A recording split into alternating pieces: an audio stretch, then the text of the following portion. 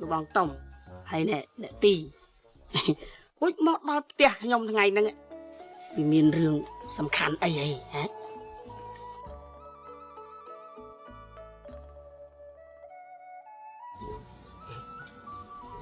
គឺចេះទេលបងប៉ាន់លបងប្រហែលជាដឹងខ្លះហើយថាពួកខ្ញុំមកជួយលបងនេះដើម្បីអីនោះ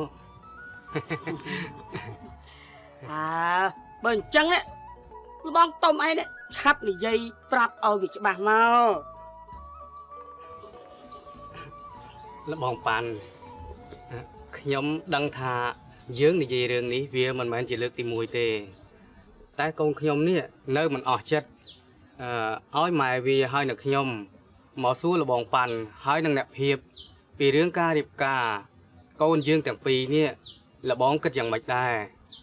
បើសិនជាខ្ញុំមកស្ដីដណ្ដឹងក្មួយនេះនោះលបងអូយចុះខ្ញុំនេះមានស្អប់ខ្ពើមអីលបងតុំអើយតែក្មួយឋាននេះវាពេញចិត្តកូនស្រីរបស់ខ្ញុំ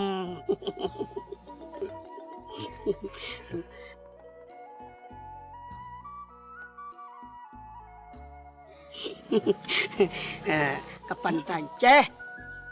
អ្នកដែលមកចង់ធ្វើកូនប្រសានៅផ្ទះនេះវាទាល់តែមានលក្ខខណ្ឌហ្នឹងច្រើនបន្តិចហើយ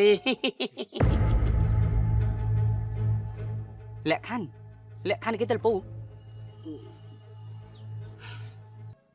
លក្ខខណ្ឌហ្នឹងវាស្រួលទេណែពេលឯងធ្វើការហាមជេរហាមរអ៊ូឬថាហត់អ្វីទាំងអស់បើមិនអញ្ចឹងតែយើងលឺយើងនឹងផ្ដាច់ពាក្យភ្លាម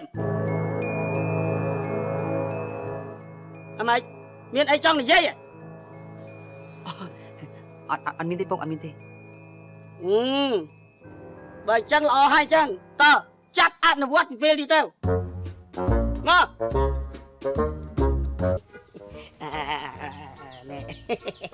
ណែកូនប្រសាណែការងារដំបូងរបស់កូនប្រសាឯងគឺពុះអស់នឹងឯងហើយនេះនៅមាន2-3កំណោខាងនោះទៀតគឺពុះទាំងអស់មែនទេពុកទាំងអស់នឹងហើយណែពុះឲ្យហើយនឹងបានមានការងារថ្មីធ្វើទៀតហើយកុំភ្លេច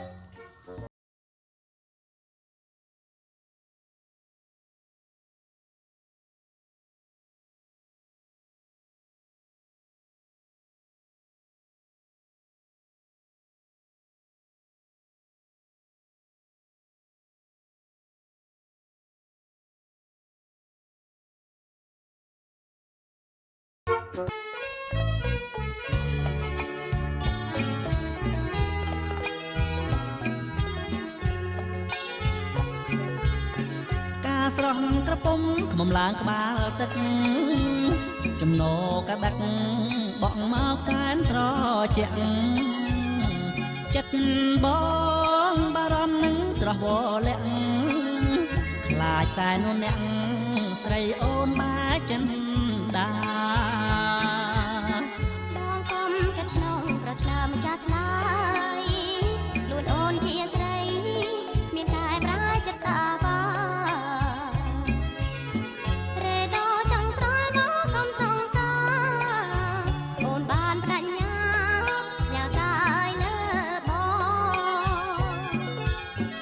បងសែនរីករាយបើដូចវាចា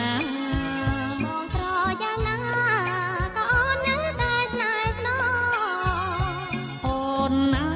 យបើបានមកជាគូក្រមទួងស្លាប់ក៏បងស្លាប់ទៅទាំងបាត់ភ្នែកចិត្ត